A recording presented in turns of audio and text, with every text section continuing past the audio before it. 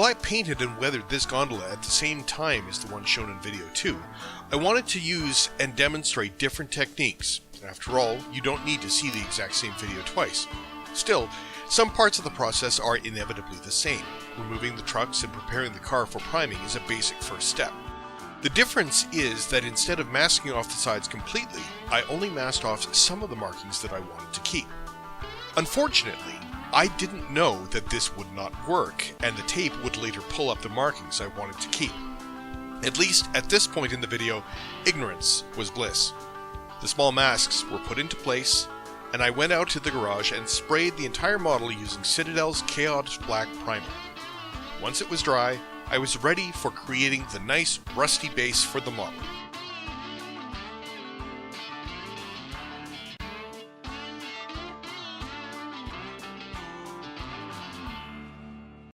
As the techniques in this video will be a paint removal technique, I wanted to give the car a good rusty look that would be seen through the paint that would be added and later chipped away. To get a nice rust effect, I used a torn sponge and built up layers using Citadel paints. I started off with a mix of Abaddon Black and Dryad Bark base paints, and then applied them using a torn sponge. The basic technique is to mix the paint on a palette, dip the sponge into the paint, dab most of it off onto a paper towel, and then apply it to the model. One can afford to be a bit heavy in applying it. I would then do successive layers, first with Mournfang Brown base paint, then Scrag Brown and Squig Orange, both layer paints.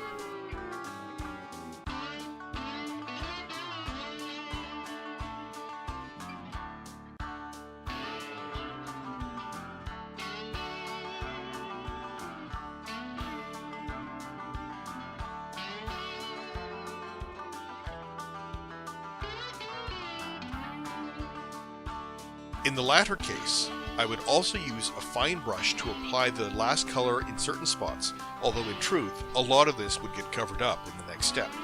The last step isn't shown on camera, but I took this out to the garage and sprayed the car with Games Workshop's Purity Seal, a lacquer-based satin varnish to set up for the next step.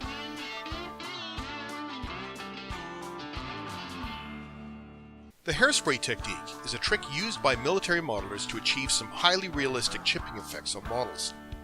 It is a paint removal technique and can also be achieved with masking fluids, salt, or a combination of all three. In this case, I just wanted to go with the hairspray technique and save the others for a later video. Once the Purity Seal had dried, I then masked off the lower part of the model, as gondola cars seem to have less chipping and rust in the areas where the metal on the side of the car meets with the floor. Once the tape was applied, I then applied hairspray to the model using my airbrush and diluting it with a bit of water. I prefer using hairspray from a pump bottle rather than an aerosol can, as I can pour out what I need and dilute as needed. Once the hairspray was applied, I let it dry thoroughly. A few hours is sufficient, but this time I let it dry overnight. I came back, removed the masking tape, and then used the airbrush to apply Citadel's Calidor Sky base paint, which is a nice deep blue color similar to Conrail Blue. I sprayed with light, even strokes, but ensured to cover the entire model.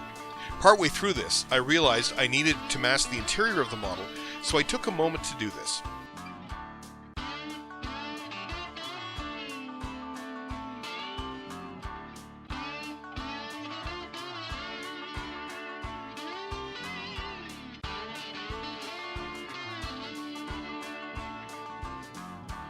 Once the painting was done, I quickly cleaned my airbrush to allow the paint a short time to dry.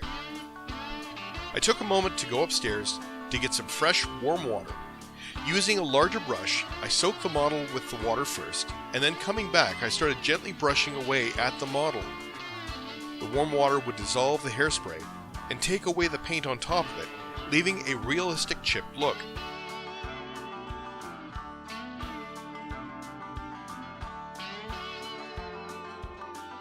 Where I needed some scratches, I used a bamboo skewer to further this effect. I then dabbed the surface of the model with a paper towel to remove any excess water and let the car dry. The last step would be another application of Purity Seal to protect the work. Unfortunately, at this point, I would drop the car, wet with the Purity Seal, onto a dusty floor. Fortunately, there was no damage to the car, but some of the dust and hairs would find their way into the paint that I would be slowly pecking off as I continued to weather the car. There are any number of ways to handle fading while weathering cars. Since I used the airbrush on the previous car, I would use oil paints to create a worn and faded look on the surface of this car and the rust that is already showing. To do this, I first sprayed down the gondola using Future floor polish to create a clear gloss coat. As I mentioned in the second video, Future is a household product, but it is a clear acrylic and has a great many uses in painting models. For the next step, I needed a smooth glossy coat to prepare the models to accept oils. While it is not always the case, a good rule to remember is matte for acrylics and gloss for oils. I then took 5 oil paints: titanium white, parchment, yellow, yellow ochre, light rust, and Prussian blue, and put a dab on a piece of cardboard and let the cardboard soak up some of the excess fluid from the paint. This makes it easier to apply in the fashion that I do in this step. Using a small brush, working up from darkest to lightest, I applied tiny dots of the paint to the car, with the darker colors closer to the recesses. On the interior, I used all of the colors except for the Prussian blue. Once this was done, I let the car dry for about 20 minutes. Coming back with a small flat brush and some odorless white spirit to dampen it, I used downward strokes across the model. The idea is to make the dots just disappear. It is useful to have 2 pools of white spirit, one to rinse the brush off and one to add more white spirit. Once this process was done, I let the model dry for a full 24 hours before moving on to the next step. The end result is a distressed and faded look to the surface of the model that gives a sense of age and some texture to the colors below it. It is not as even as fading with an airbrush, but for the look I was aiming for, it got the job done.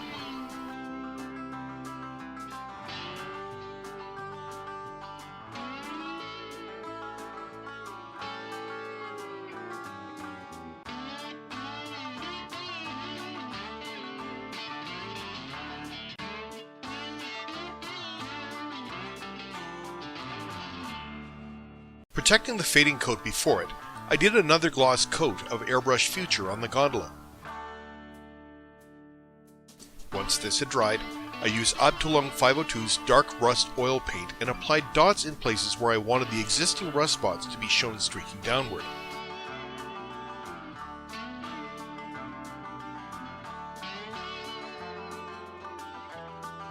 Once the dots were applied, I used a small flat brush, keeping it as dry as possible to streak the paint downward from the spots. If need be, and using only slightly more white spirit thinner, I shaped the streaks to make sure that they were flowing directly downward. Oils produce some very striking and realistic looking rust streaking effects. I would let this dry and then come back and apply a matte coat.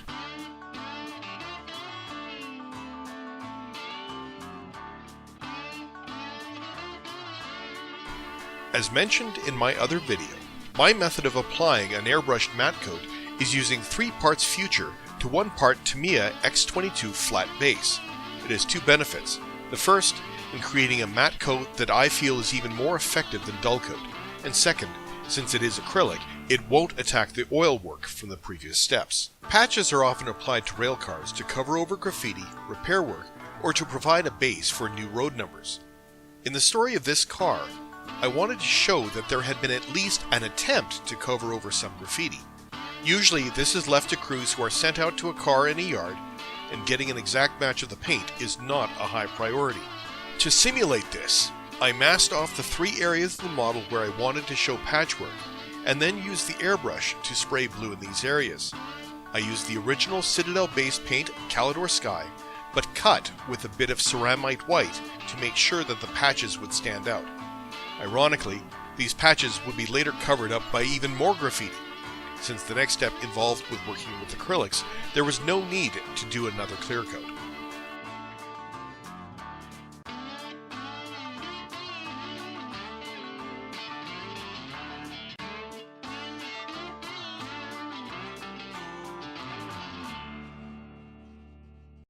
I decided to apply 3 major graffiti pieces onto this car using the same technique I did on the other one, starting by penciling on a design and then building up the work using various Citadel paints.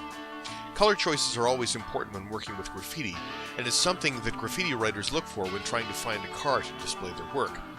Red and yellow would serve as contrasting colors for two of the pieces on a blue car, while different shades of blue, enhanced with white, would create a wild style work that would work with the blue of the car. In the latter case, I made sure that I used enough white so the shape and shades would be visible. I did contemplate using decals to handle the graffiti on at least one of the cars. However, the ribs of these gondolas would distort the shape of the decals. I decided that hand painting it again would be the way to go. Perhaps in a later video I may show how I make use of decal sheets to apply graffiti to a car. In addition to these three major pieces, I used white paint and a very fine brush to create some tags on various spots in the car.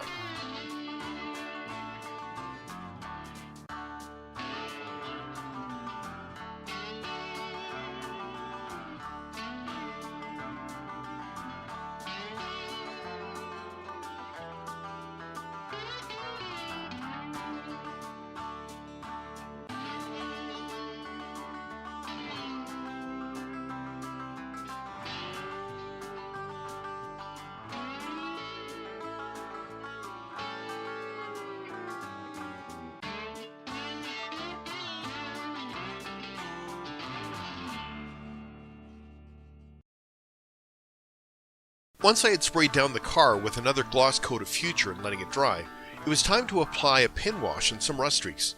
Normally these steps can be done separately. For the effect I was looking for, I decided to combine them. For the pin wash, I used a pre-mixed product, MIG Productions Brown Wash.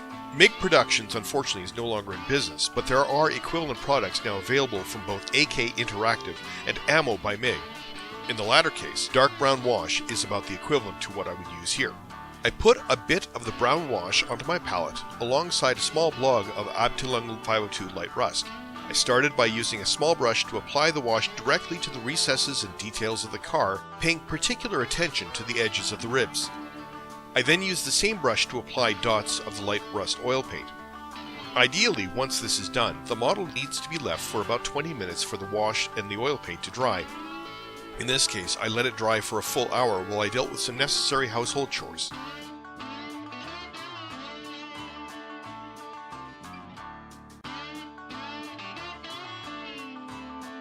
I came back with a small flat brush, as dry as possible, to soften the edges where the wash had pooled and to draw down the light rust dots into streaks. I did have to lightly dampen the brush in a few places to get the effect that I wanted, and would shape the streaks as necessary.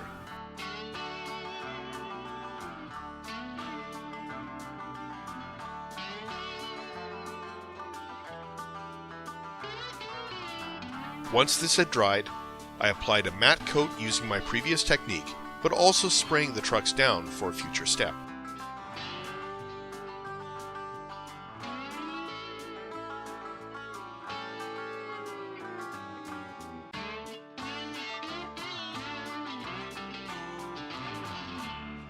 Virtually identical to the step with the other car, I masked off a similar area of the model to apply the road numbers, airbrushing it black. I then brushed on some Future floor polish to provide a smooth surface to apply the decals.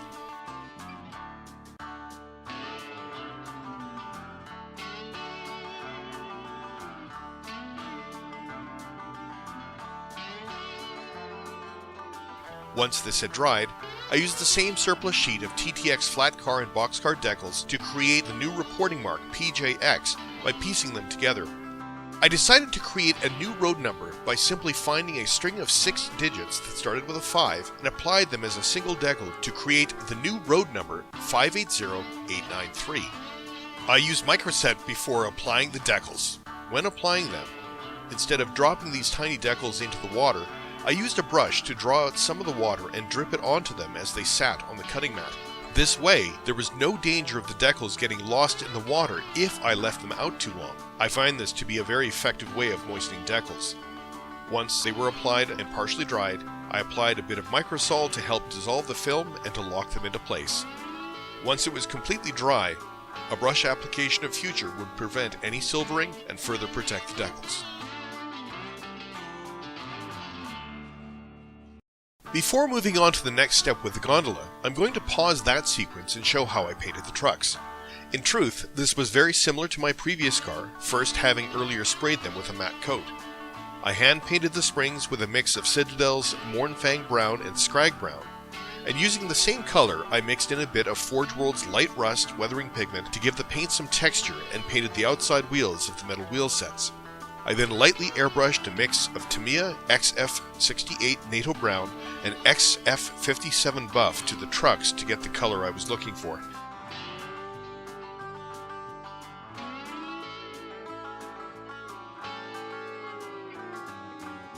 I followed this by painting the trip pins black and applying a brushed on wash using Citadel's Agrax Earthshade to make the details pop.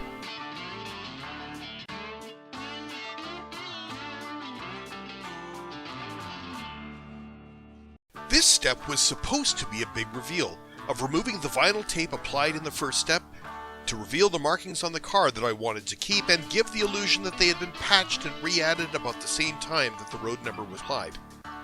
It didn't work. The automotive vinyl masking tape that I used pulled up virtually all of the decals that I had intended to protect, so I was left with 4 brand new black patches of the model with no markings at all. So to deal with this, I applied a few coats of Brush on Future, found decals on the spare TTX sheet that could at least pass for the real thing at a distance, and applied them off camera. The reality is, mistakes happen, and unless the model is genuinely destroyed, there are always ways to fix them. Once the repair was done, I applied a matte coat and was on to step 12. To handle the dust on this car, I decided to use the airbrush rather than weathering pigments.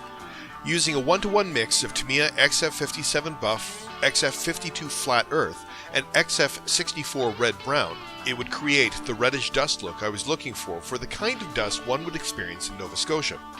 Normally, I use Buff and Flat Earth on its own, but the addition of the Red Brown just gave it that little extra punch to locate it in North America. Airbrushing here was very, very light, over both the underside and the lower parts of the car, over the ends as well as on the trucks. When one looks at the interior of a gondola when they're empty, it's a really ugly sight. Accumulated dirt and rust takes on a 3D quality that can be hard to replicate. Weathering pigments can be used to do this, but it takes a bit of care. I used a combination of Forge World weathering pigments, Bone Dust, Light Earth, Light Rust, Dark Rust, and Orange Rust. I put a small amount on a metal palette and mixed them around and kept parts of it separate. Using an old brush, I smushed them into the bed of the gondola randomly. I would then mix colors and apply other colors straight. I kept some of the pigments to look chunky to create some texture, and this looks quite realistic. But there's one slight problem. A puff of air and they will fly away. Fixing pigments can be a challenge as sprays of dull coat or other clear coats will make these pigments disappear. Leaving them on the surface of the model preserves the look, but then they can be a source of dust on your layout and too much handling with bare hands, and they will display fingerprints. The way around this is to use a pigment fixer. A few military modeling companies like MiG Productions and its successors have created a fixer that can either be brushed on or airbrushed over a model and will fix pigments in place without destroying the work. For the bed of this gondola, I would apply the fixer using a brush, dipping it into the highly textured rust and dirt that I had created. An airbrush would blow the pigment away, so by dripping it on, capillary action would let it soak in through the pigments. Well, the pigment does disappear when the fixer is applied. Once dry, it all comes back. Unfortunately, this was one step that inadvertently happened off camera as I didn't press record. However, it did work. Once dry, it was time to reassemble the car and get it ready for the final pictures.